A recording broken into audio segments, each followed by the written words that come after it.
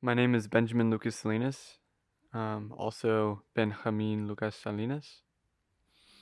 I also go by the name Benji. That's what most people call me. I'm 22 years old and I live in Minneapolis, Minnesota.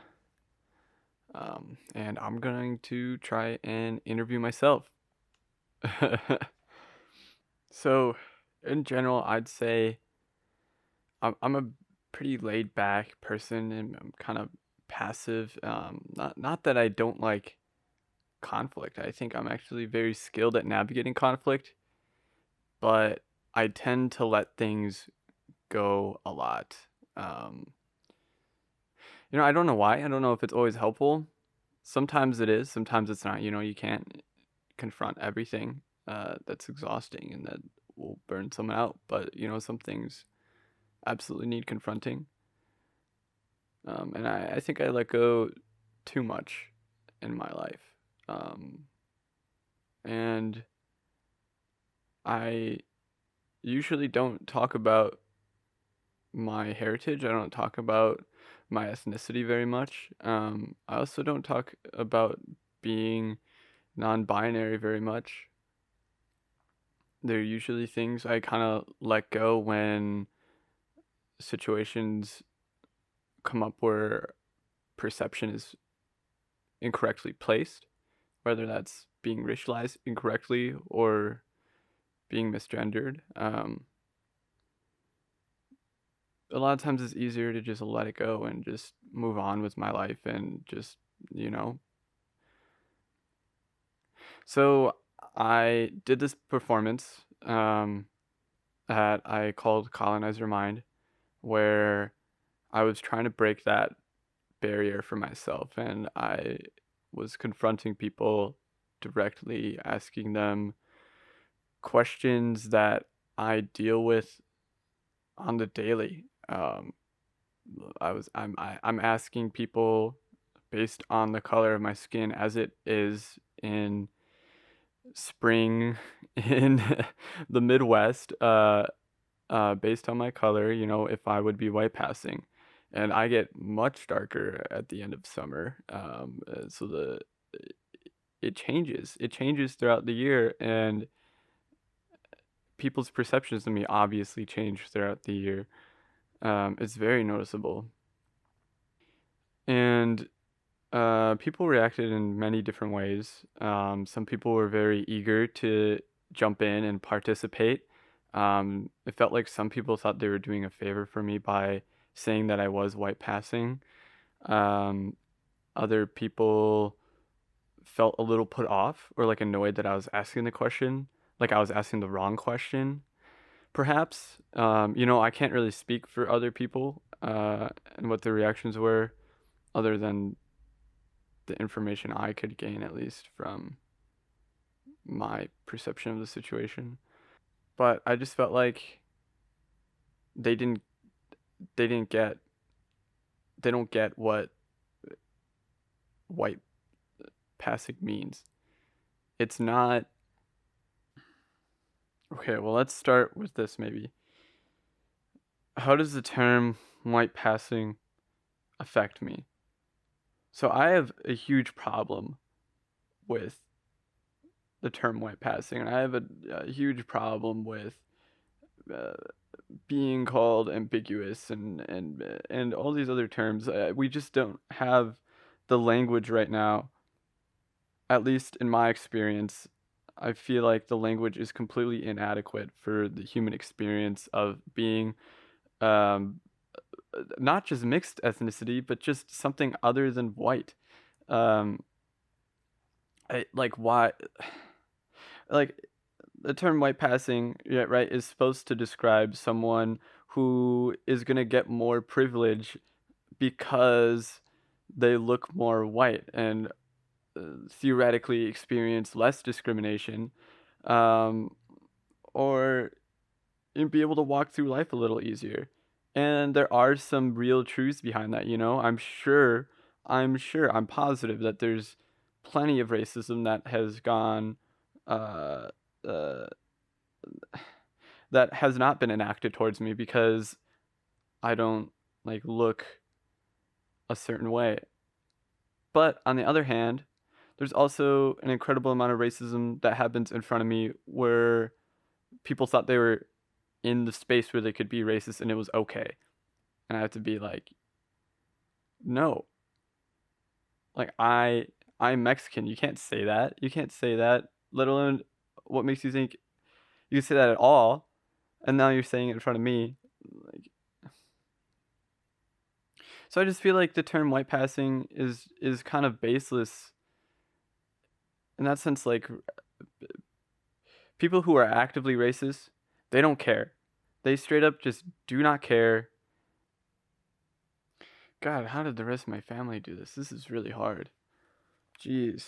Oh my god. Okay. Here's what it comes down to. Whether I'm called white or whether I'm recognized as being Mexican, Latine, Hispanic, whatever label you throw on it, if I'm recognized as white, then it erases an entire part of my life that that I've experienced, like whether that is discrimination or just simply having a culture other than the dominant white culture in the United States of America. It erases that entire heritage. It erases huge portion of my family life, you know? Because that culture is at its core of like what I associate my family, like my upbringing being, you know? So it's not doing me a favor to just label me as white. It's not. It feels harmful. It feels like that colonization, like you're taking over my life. And you're saying that being white is better because now you're going to move through with less racism. Like that's bullshit.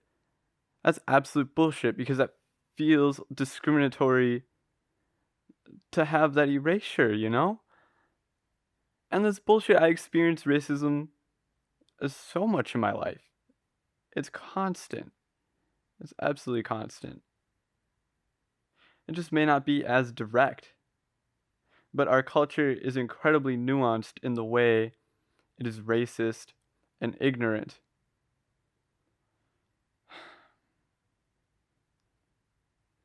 And like at its core, has we have such and I'm an active participant in this too.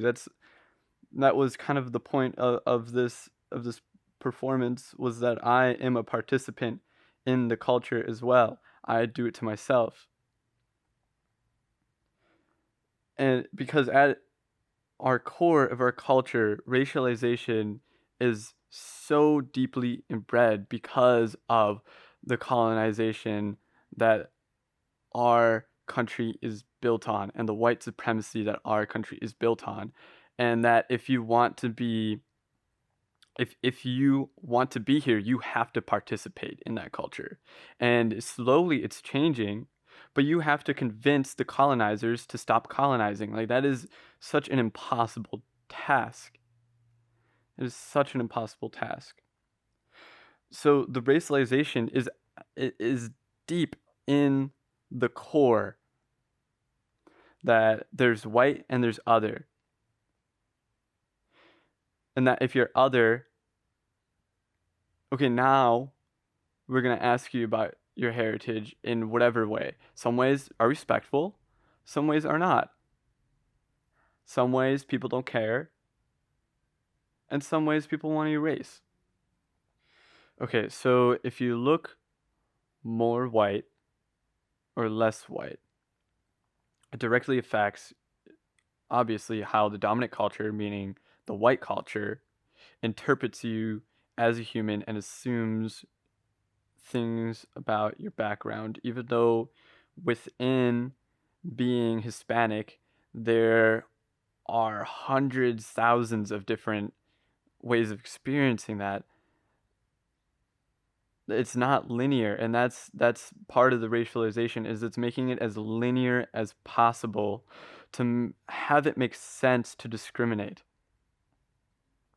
So when you look more alike, the dominant linear path, if you want to be recognized as going off of that, then you're forced into this performative way of existing outside of that. Like, my whole life, I feel like I've had to act out being Mexican in order to be recognized as Mexican. I grew up in an incredibly white community. I think I had one Mexican friend, maybe two, until I moved. Until I moved. But so growing up, I had people calling me Taco Man. I would always have on soccer jerseys from Mexico, hats, whatever clothing I could wear that represented Mexico. I would I don't know, I was just doing all of these things to just prove to people that I'm Mexican all the fucking time. And it's exhausting. And like, how do you put that on an 8-year-old to do that? Like, I was proud of my dad. I was proud of my culture. I was proud of what I experienced when I visited Mexico. Like, I was very proud of my heritage. And I feel like as I've got older, it's just been something that's been harder to prove. It's been harder to continue that performance. It's so hard to it's so exhausting to keep on convincing people that I'm Mexican.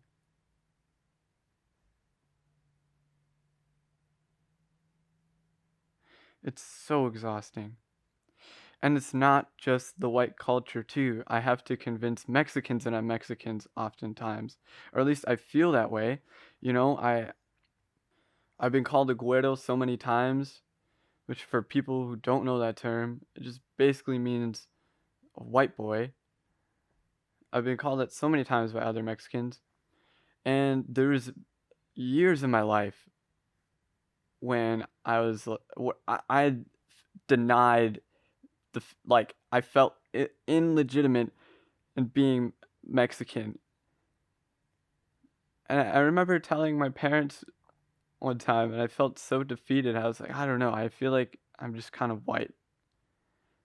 And fuck that, dude. Just fuck that. It's like that is what I'm talking about with how racialization is a form of colonizing because it's illegitimizing experiences and heritage to make you conform to the majority white culture. And how terrible is that?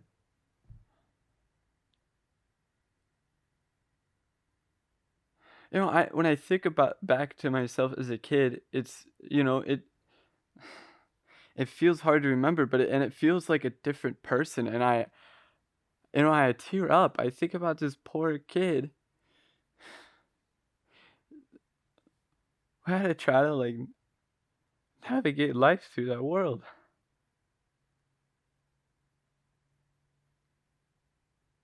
You know, how do you expect that from a 7-year-old to handle that?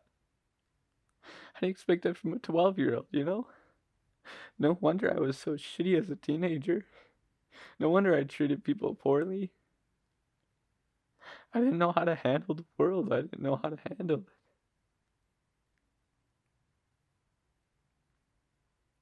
And it's this use of language. At the base of it, it's all just language. But the language is an extension of action. And the actions are an extension of culture. So at the base of it, language is the way we're understanding and interpreting each other.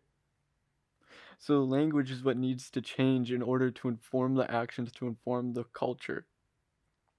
Because you can't just change the culture. It's an impossible task. It will not happen. It's impossible. I don't have the answers, you know? How am I supposed to describe myself? When I say I'm half Mexican, it just feels like it feels terrible to say. I feel I I am Mexican and I am white. It doesn't feel I don't feel like I'm half a person. And it's the same core of being non-binary, you know? It's a whole fluctuation of non-linearity and fluidity that's absolutely necessary.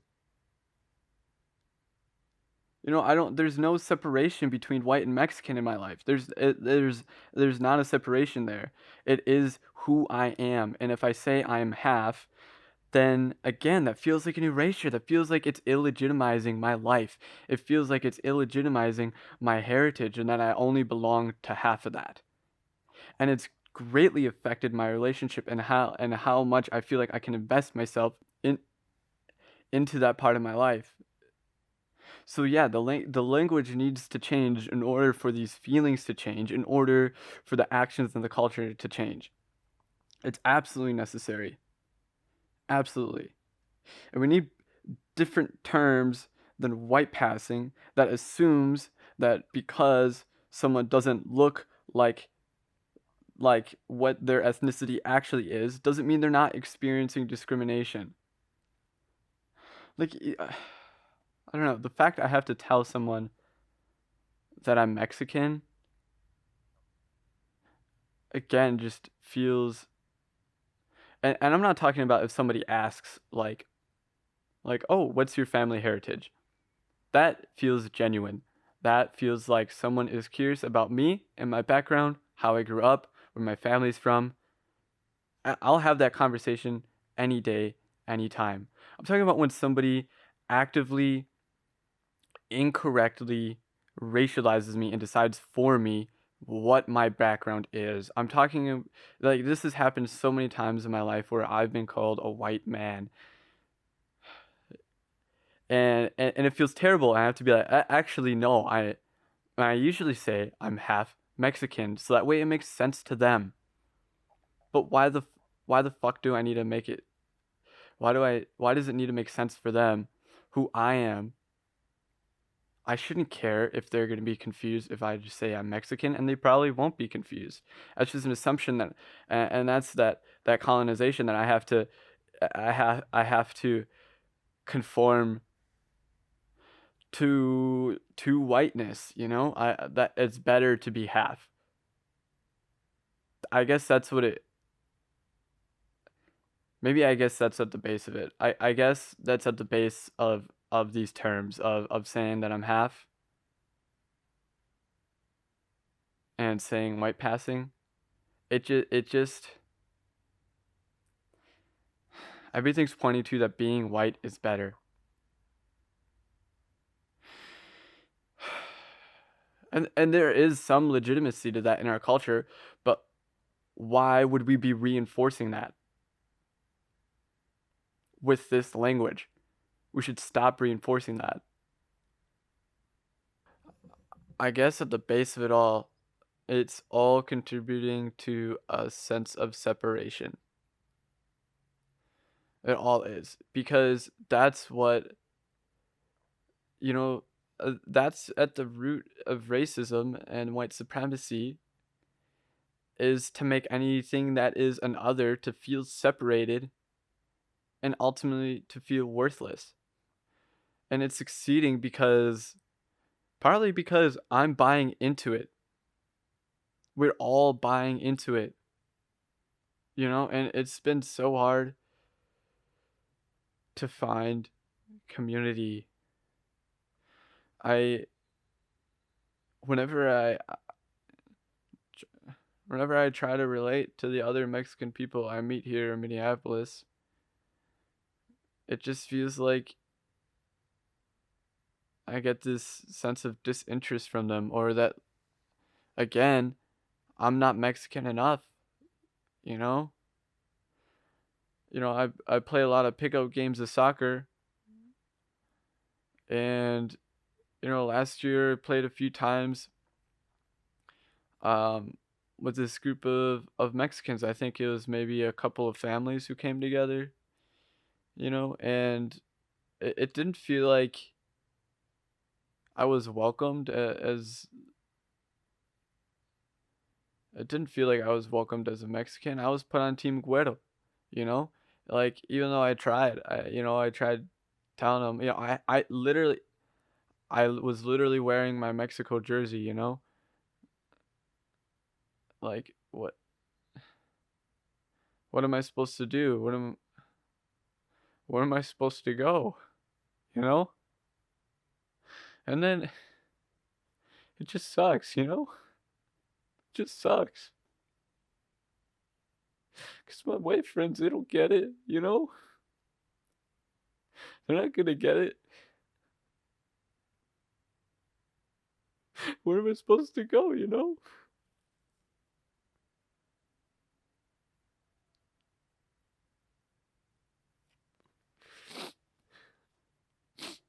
Who am I supposed to make tamales with?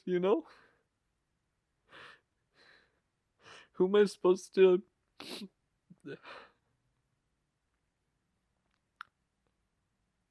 Who am I supposed to find baby Jesus within the pond?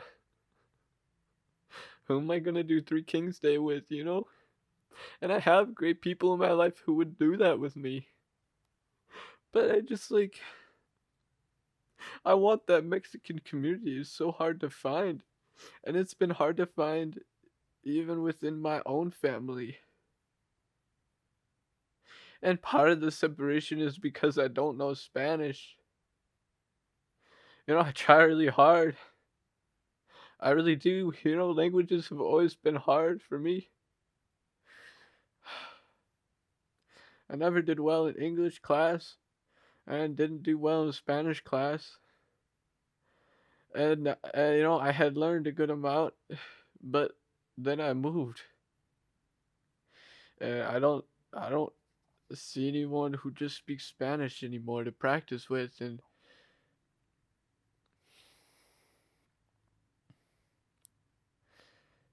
so I lost it.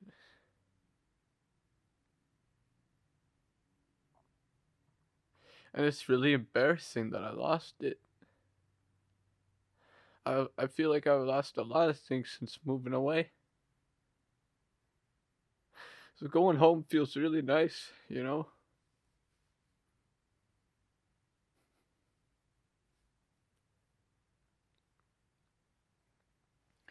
So I feel really close to my family, and why I like talking to them on the phone.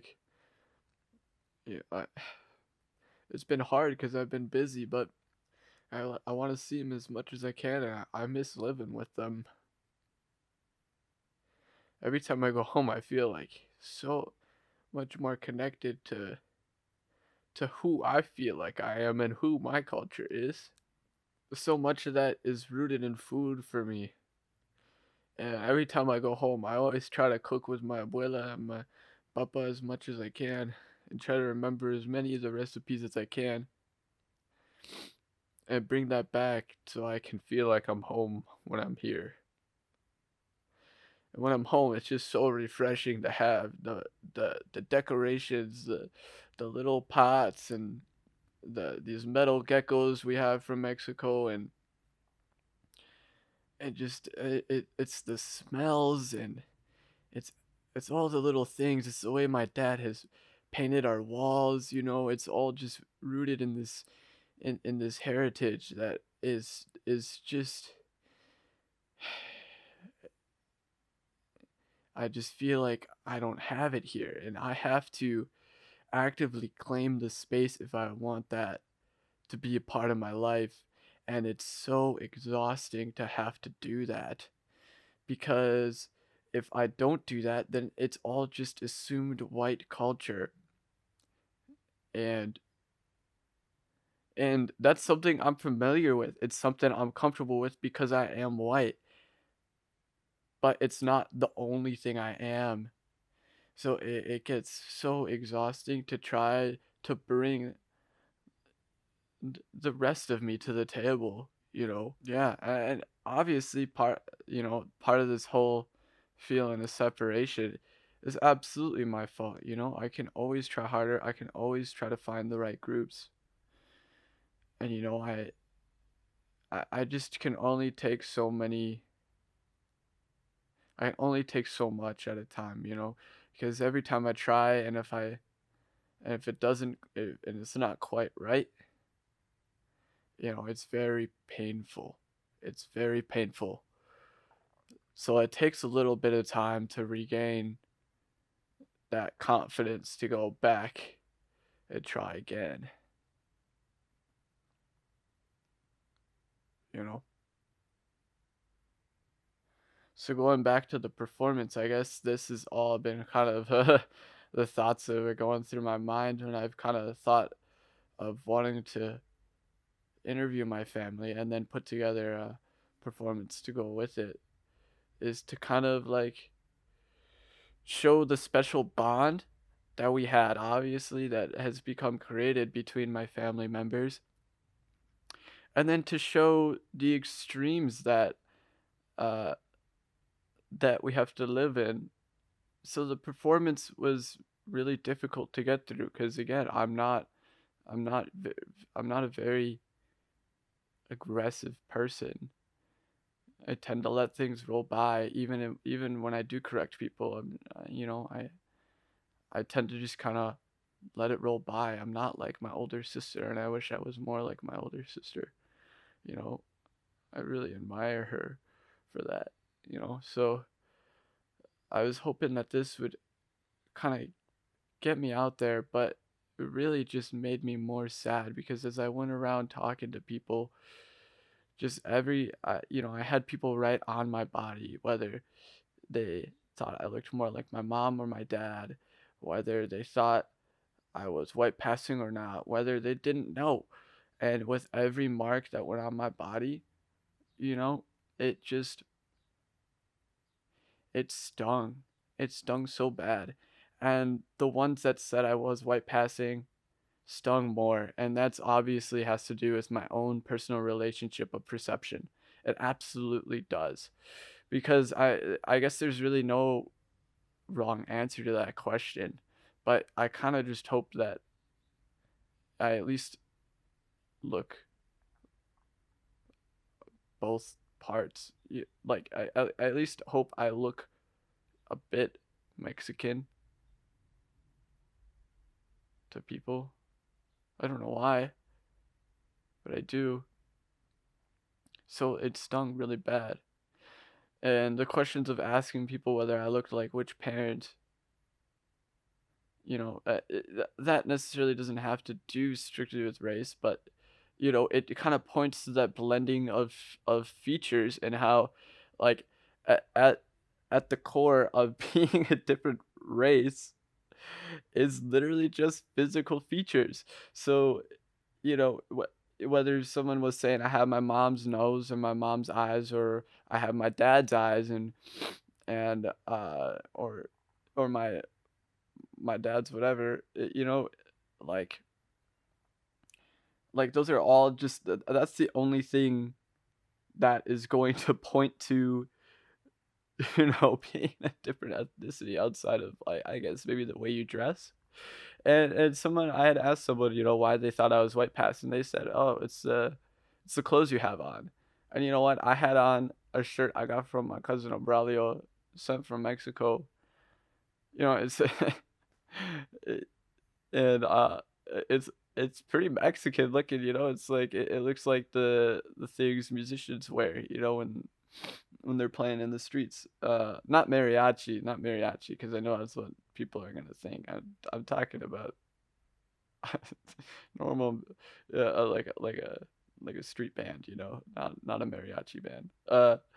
Anyway, and I was just wearing some loose, like, green kind of dress pants that are kind of like a modern cut of like a zoot suit pant, or maybe a more of a femme cut of a more modern femme cut of a zoot suit pant or something like that. Uh, so it's just strange to me how, like, yeah, this shirt literally came from Mexico, but it's my shirt from Mexico that's making me look white, you know. Uh, So again, it's just that like people are going to assume backgrounds, and that's what the harm was.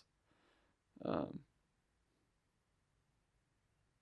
and that's where the harm lies. So that's where the misconceptions lie, and that's what needs to change ultimately is these assumptions about experience. You can't assume. You can't. The assumptions are absolutely a form of what colonialism has taught us. Because at the base of it, there is an assumption that the white people coming here were better than the people who were living here. That's at the base. There's an assumption, at the core of white supremacy that white people are better, or that white culture is better. There's like we. So whether people realize it or not, if you're making an assumption about someone's background, whether that's heritage or the trials that they've been through, that assumption is is just a straight act of racism. It's a straight act of colonialism. Um, and that is not the individual's fault. Again, this is all just the culture that we've all been prescribed. It's the culture that we're told that you have to participate in. Otherwise, if you want to be like a functioning, member of society, you have to participate. So bringing it back full circle, if we start changing the way we're using language and changing our assumptions, that'll lead to uh more broad revolution within our culture to make it more accepting, more inclusive, and more fluid, because we're only going to get more and more fluid with heritage, with race, ethnicity. It's only going to get more mixed as it and it should be beautiful. We should like it should be beautiful. It should be a celebration. It should be, yes, you're all of this. Welcome to the table. Yeah. So I guess to anyone who might be listening to this, hopefully this inspires you to also inspire others to change the way we think about our language and our assumptions around ethnicity and race, and make it more inclusive and open and actually interested in the individual, and have compassion for their lives. So no matter where you come from, we all experience suffering, and we all have had devastating loss in our life, as well as great joys in our life. We've all experienced all of it, and that's what makes life so rich. Let's take a greater interest in the personal and in the individual collectively to erase the language of the colonizer.